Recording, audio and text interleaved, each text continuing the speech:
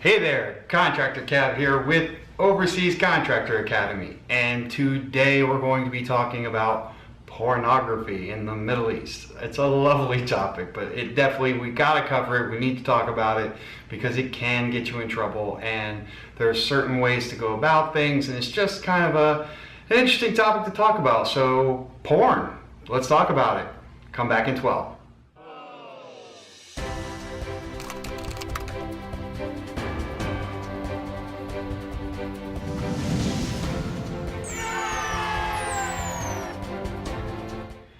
Okay, so today, porn, let's talk about it because the first thing you need to know is, yes, it is a fireable offense to have pornography.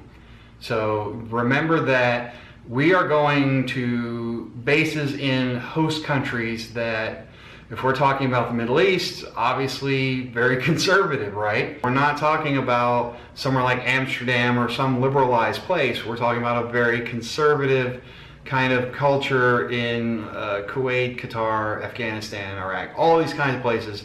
You're looking at conservative people, conservative culture, and so because of that, they really are not happy to have foreigners coming in bringing a bunch of pornography. As such, we have agreements with these host nations that say we won't bring alcohol or, basically the kinds of things that are going to offend them as our host nation. And so one of those things is pornography. And because of that, whether you're working on a base or you're working in a city, believe me, porn can get you fired. I have seen it before in my time. So it makes it kind of a worthy topic to cover here. Okay, so does everyone remember General Order Number 1? It's something we cover in the course, but I believe I've mentioned it in a couple videos. I've definitely mentioned it in the blog. General Order Number 1 has basically outlines all the prohibited activities that one should not be engaging in when you're in the forward deployed area. And so pornography is on the list of things you should not be doing, not engaging in. So because of that, it is a fireable offense. General Order 1, you do not want to be going against that because it is very hard to make exceptions for, oh, he broke General Order Number 1, but, oh, he's a nice guy, we like him, we're just going to let it go.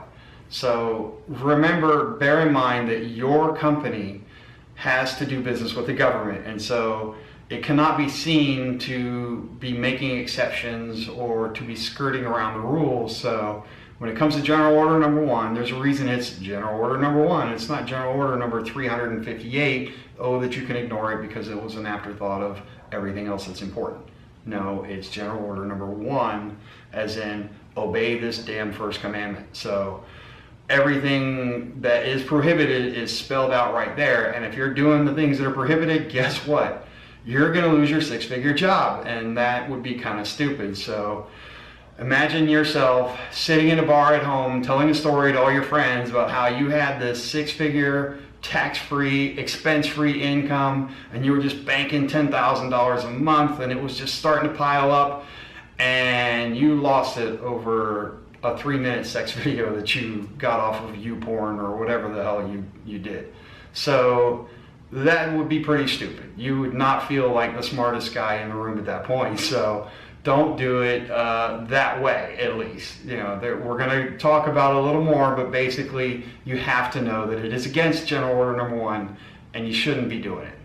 Okay, so Contractor Kev's first-hand experience. This is me telling you a story of, sure enough, I have known a guy that was an LNO, that is basically a liaison officer between the company and the government, in Mosul, got fired for porn. Yeah, pretty stupid to lose. I think that guy was on like $140,000 a year, something like that, 130, 140, and lost his job over having porn clips on his computer. Now, where he went wrong was he had it on his official from the company laptop, which was really stupid. So obviously the IT gurus, these guys with pocket protectors and no sex lives of their own or whatever, those dudes monitor there's software in there. When you get a laptop from a company, you should probably go ahead and consider that as they're monitoring everything I ever do on this thing. So you should not be putting stuff that you think is totally private or personal, or especially something that could get you fired. Don't put that on a company laptop. And for whatever reason, this guy did, and as soon as he downloaded some clips and stored them in a file folder, they found it and he lost his job over that. So again, don't be that guy. Don't be sitting in a bar 2 months from now regretting and lamenting your loss of, I had it, I finally got that 6-figure job, and then I lost it over some porn clips. Just a dumb way to do it. Okay, so knowing that it is a fireable offense, I will agree that, let's face it, you're in the Middle East, it's not like you're gonna go hook up with a local in the mall. You have needs as a human being. So if you do have to have some kind of mental stimulation while taking care of these needs, shall we say, I'm really trying to be careful of wording my way around this. There are ways to do it. Number one, obviously don't download while you're there, because all your traffic, your internet traffic, is going to be monitored. Even if you have some kind of a private server, blah, blah, blah, just trust that everything that you're saying to anyone, or everything you're downloading or uploading or whatever you're doing on a base, if you're in Iraq, Afghanistan, Kuwait, something like that, and you're on a base somewhere, just go ahead and count it all as being monitored full time by someone sitting there watching you. Like, think of it almost like they're watching you over your shoulder. So get it before you go. Download whatever you want to download and have it in your personal computer, not your work computer. And you don't want to label the file something like, Contractor Kev's big porn stash. You want to put it like system files XO, version 3.8, something like that. And that way, should for some reason somebody just happen to open up your thing, they're just going to see a system file instead of seeing your file. But you'll know what's in it and you'll know what it's for. And so that's kind of, if you have that absolute need, load up before you go. Don't download on base. Don't download on your work computer, and kind of keep it all to yourself. Do not actually mention, like, hey, guess what? I got this great clip of, these Asian chicks doing these crazy things. Like, no, just don't talk about it. Don't bring it up. Don't put it out in the public arena. Don't you lose your job over something so stupid as a porn clip, okay? Because it's really, once you get your foot in the door, this is life-changing stuff, man. Now, the last thing is, if you should be that guy, then you go overseas and for some reason you get caught with whatever it is you have. You better find a way to explain that to a potential future employer. If under good circumstances, quite honestly, under the best circumstances, you would want to kind of have that happen only a short time into your employment, and then you could just leave it off your resume entirely. So let's say if you worked for company X and 2 months after showing up, you got fired for porn. I would not put company X on your resume and say, yeah, you can contact them as a reference, because guess what? They're going to say he was relieved of duty or he was replaced because he brought pornography. And then, of course, there's going to be any number of people in the HR department of your potential new company. They're probably going to look down upon that, and they're going to say, oh, this guy doesn't play by the rules. He's maybe too impulsive. Maybe he can't be trusted, things of this nature. You just don't want to do that. So leave it off your resume entirely if it happened early on.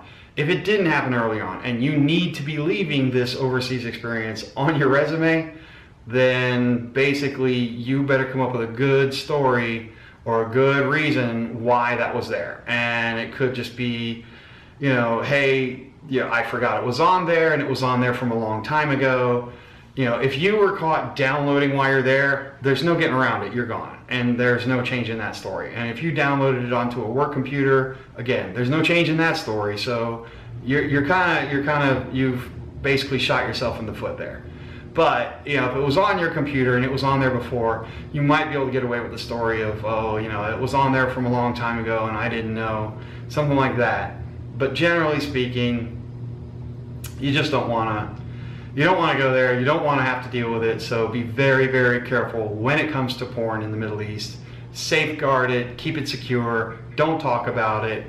And hopefully that will help you get by that, you know, until your first R&R, and then you can come somewhere like the Philippines or Thailand or party in Cabo or, you know, wherever, the Maldives, wherever you want to go hook up with young, awesome people and party and do your thing. That's what the contractor lifestyle is about, not, you know, porn on your computer. But we understand you got to do your time in the sand. You got to get by somehow. So be realistic about it, but at the same time, remember it is against the rules. It's against GO1, so keep it on the down low. Okay, so thanks for watching today. As always, give us a thumbs up. Give us a thumbs up for porn. Give us a thumbs up, and if you like our videos, you like what we're trying to do, you like our message, go ahead and hit the subscribe button. And by all means, if anything that we ever cover on our channel kind of speaks to you, speaks to some friends you might know, post our videos out there on your social media. I promise you, Sunny D will come to you and just love you to death. He will hug you so hard you'll cry. Maybe not, but just pretend, and God, what a gift that would be to the world. Okay, so thanks for watching, and we'll see you next time.